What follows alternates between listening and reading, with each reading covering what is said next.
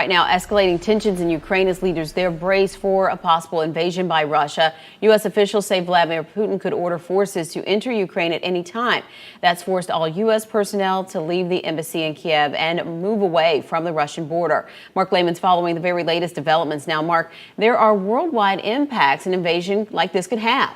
It may cost all of us more money because of the difficulties that come with exporting goods from a war zone. Washington says Russia could move into Ukraine at a moment's notice, but some are also holding out hope for a diplomatic solution. There would be widespread human suffering. The State Department taking no chances, moving all diplomatic personnel in Ukraine out of Kyiv and into the western part of the country. We feel all of these actions were absolutely necessary. The action coming amid fears Russia could invade Ukraine at any time.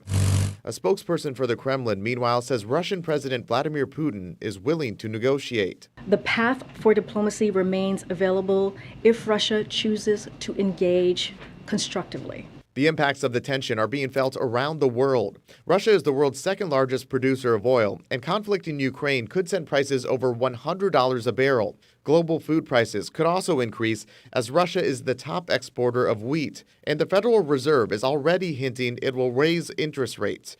More increased inflation would add to its motivation. This is not a good situation. We have to reassure people that we're going to defend our inflation target and we're going to get inflation back to 2%. As the tension at the border continues, Russia's demands from the West include agreeing that Ukraine will never be granted membership to the NATO alliance.